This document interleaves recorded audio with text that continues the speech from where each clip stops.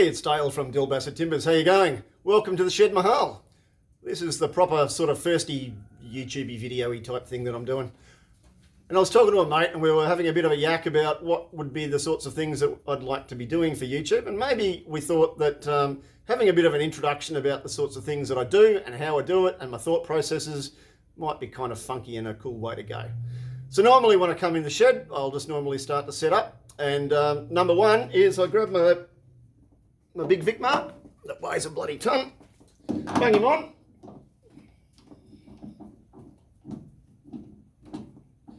When we get it on, there we go. Just like I bought one. We'll get to the next bit.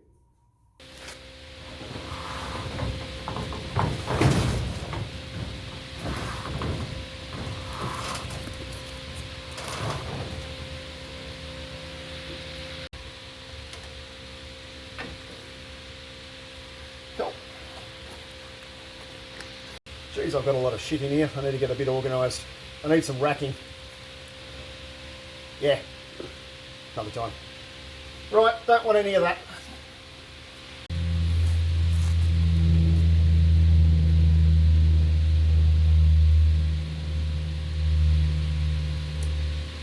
Winner, winner, chicken dinner. You ready?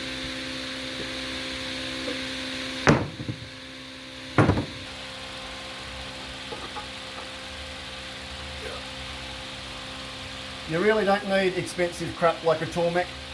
That's a lot of money for not a great deal of return. I just use an old linisher. Works a treat.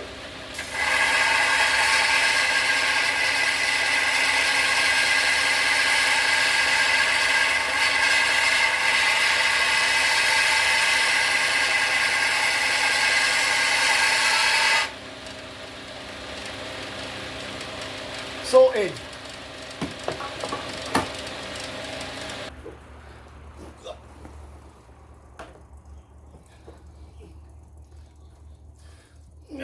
There's nothing positive about getting old. Oh, nothing like 20 years ago. So I grabbed a nice bit of Huon pine, which is a Tasmanian timber. Pretty ancient, gorgeous, beautiful stuff. This one's got some really nice character in it. I've sort of, when I look at it, I fiddled with this a little while ago and stabilised a little bit, but this will now impact upon the way that I mount this because I need to work out which side's going to be the top and which side's going to be the bottom because this will be a platter. Now I've got some stabilisation here and I've got some cracking right around the pith down in here. So automatically I know I want to turn this away. So this is now going to be the bottom. So that means to start off, I've got to mount it with the faceplate on the top because always do it back to front. Happy day.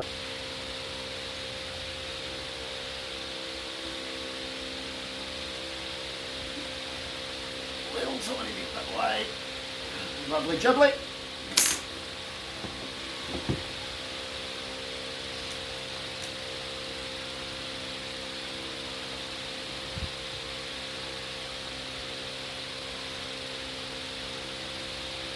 Yes, workplace health and safety. Don't care. Don't care. La la la la la.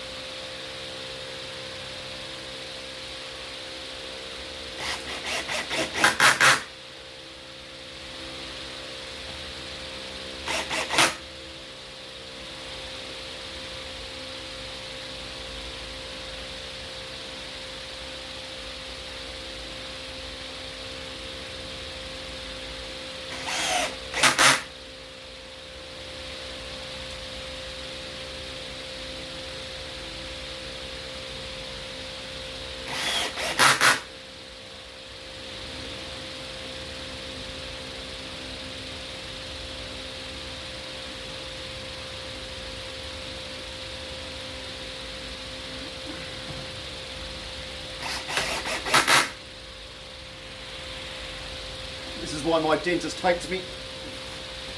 Everything gets done with the teeth. joys of only having one of them.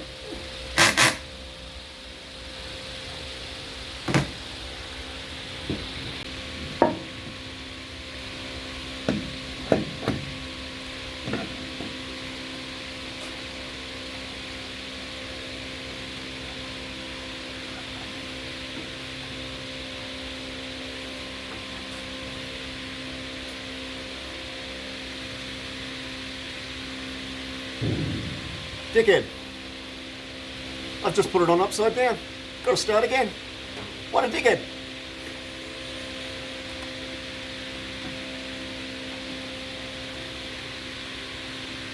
There we go. Design modification number 1. After dickhead moment number 1. This is what happens when you film and you're not used to filming and you do shit that you're not supposed to be doing because you're not concentrating. Anyway, so all that stuff I talked about to start with, that was a load of bollocks. So we're not doing any of that anymore. So now we're going to wing it. But this edge here where I've got this pith mark, which you might be able to see and you might not, I'll worry about it later. So let's just whack it back on and see how we go. I'm just going to turn the back, which is now not, well, it's going to be the back. It was going to be the front. But anyway, you know, in for a penny, in for a pound. Righto. Bollocks. Number 1 rule in my shed, in the ShedMahal, you always wear your bucket. I'm not gorgeous, but I still don't want it damaged.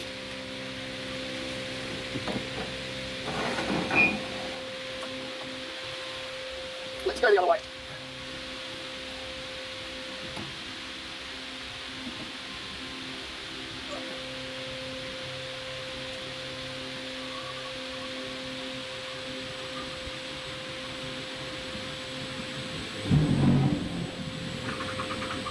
Awesome.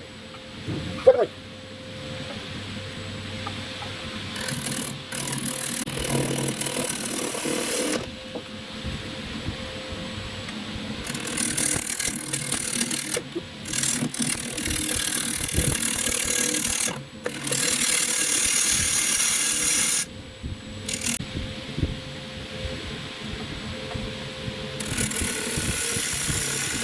That's easy. Yep.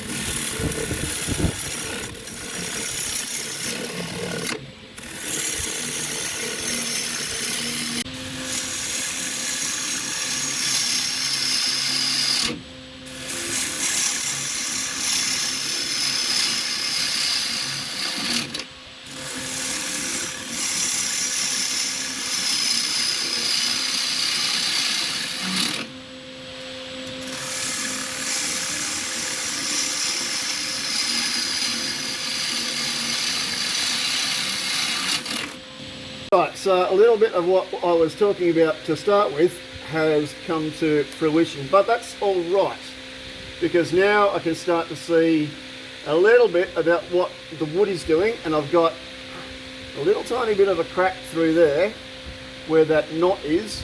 It's not going through the other way, which is not going up towards the other rim, which is a good thing. What that does though is it now starts to dictate a little bit of the sort of shape that I'm going to do. So in saying that, for all of you good folk who've been looking at my Instagrammy jobby stuffy, I've been doing a couple of those Holey plattery things with the Holey rims. That's what this is now kind of going to have to be, because I need to have on the back of the bowl here, because of these cracks, a bit of an OG shape. So that is now going to dictate a little bit about how I deal with the rest of it, which is kind of okay. Well, it's going to have to be, isn't it? All right, on we go.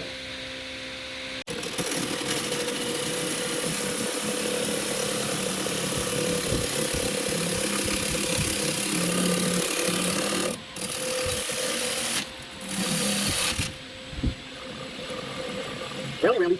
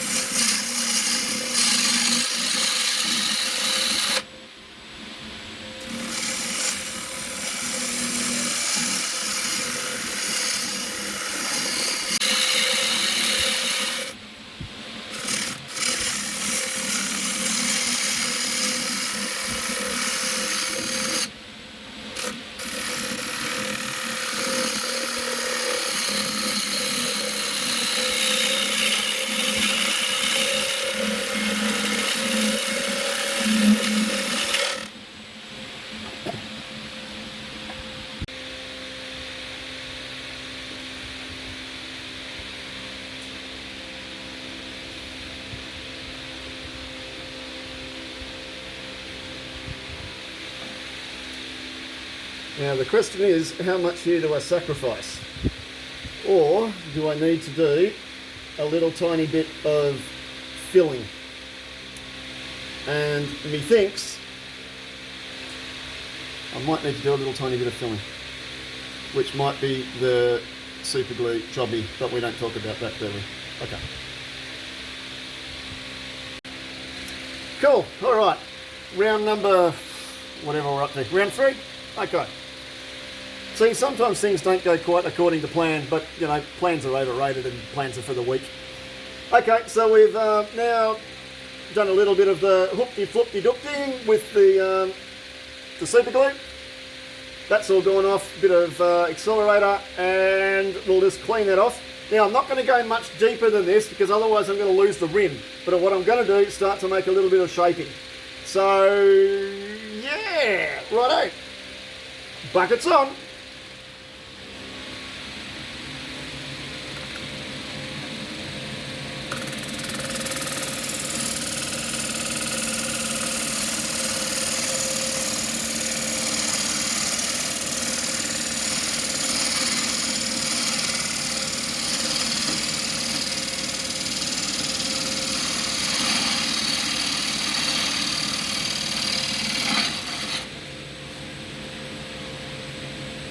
Now this is also why I keep going on and on and on about the fact that RPM doesn't matter. You don't worry about the RPM of the lathe. We just worry about the meters per second that certain parts of the timber are turning. That's why you always cut slower and have a slower feed on the inside of the bowl than you do on the outside. This rim out here is spinning a hell of a lot faster in terms of travel than in the middle. So the RPM doesn't matter, just turn how comfortable you feel it. But if you've got one of the RPM readers on your lathe, you know what, just ignore it. Just turn at the speed that you're comfortable turning, but remember just you've got to have a little bit of a slower input feed when you're heading towards the middle bit and the centre of the blank. Thus ends the gospel according to Dale.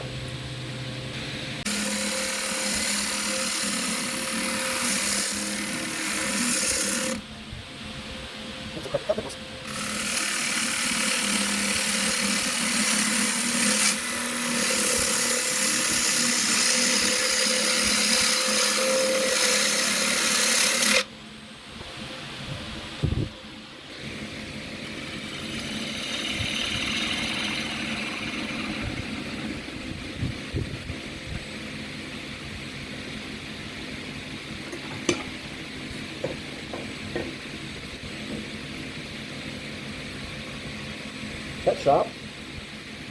Fuck, that's sharp too. edit, cut. We won't put that bit in.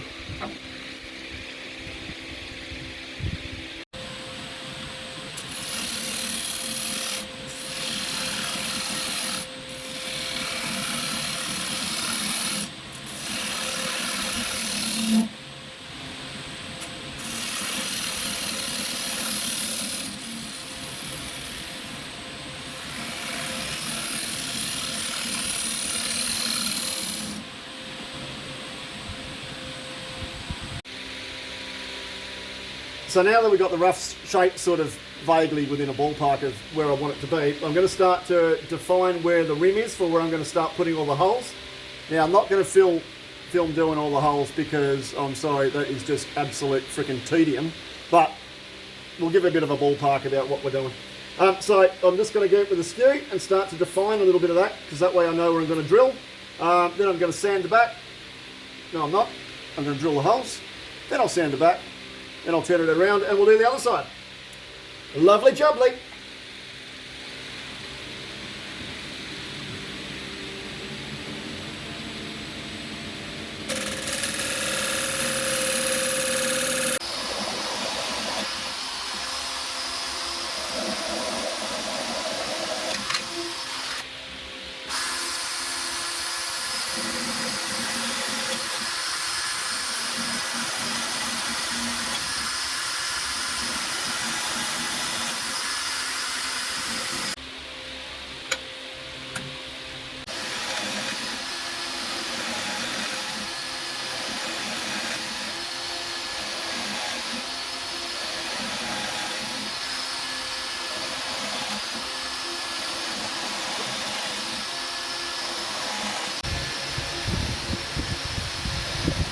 more random about it. And it looks like an empty hole. Run a fucking hole. Alright, so it looks a bit of a mess on that side, but that's the reason why I actually drill the holes before I do any of the finish on the front of the platter, because it gets so much tear out drilling all those holes. And if you look from this side, Mr. Cameraman dude, that we can see that we've got, I don't know, hundreds of lots of holes, 100 lots. Yeah, but it's pretty clean on this side, so that just basically needs a sand, but the other side needs to be cut, so that's why I always slice it. All right, starting the sanding.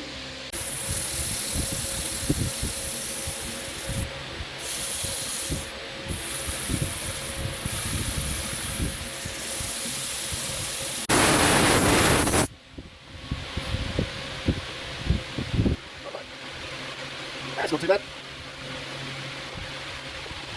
Go.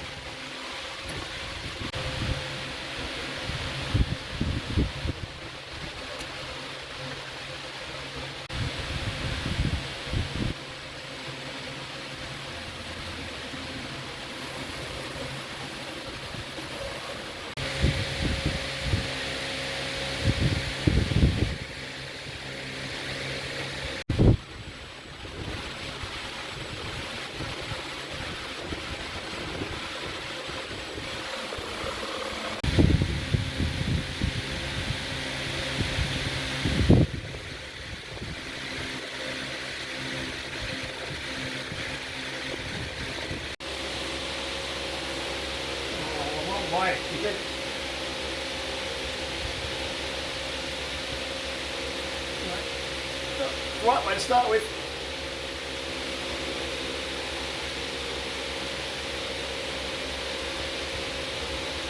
All right, halfway. Cool. Look at that. Not bad if I do say so myself. Oh, there it goes.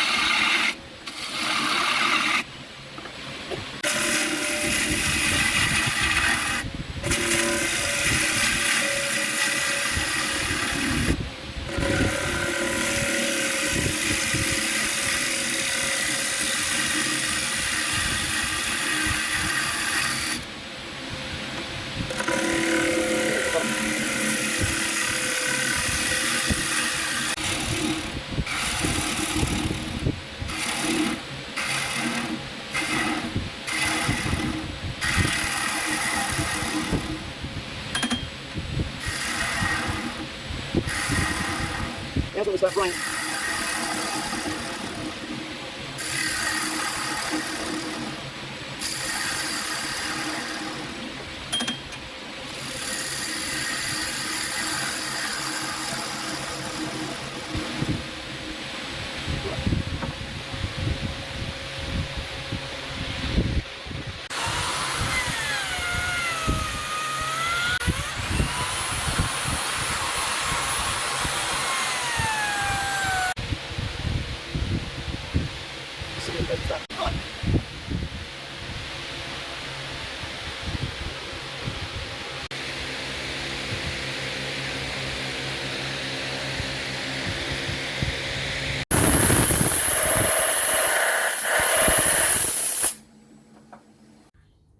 Cool. All right.